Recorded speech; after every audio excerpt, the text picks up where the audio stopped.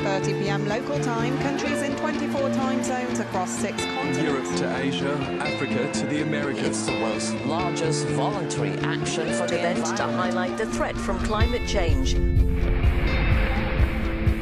In 2015, the world achieved a major climate milestone in Paris, but it is only the beginning.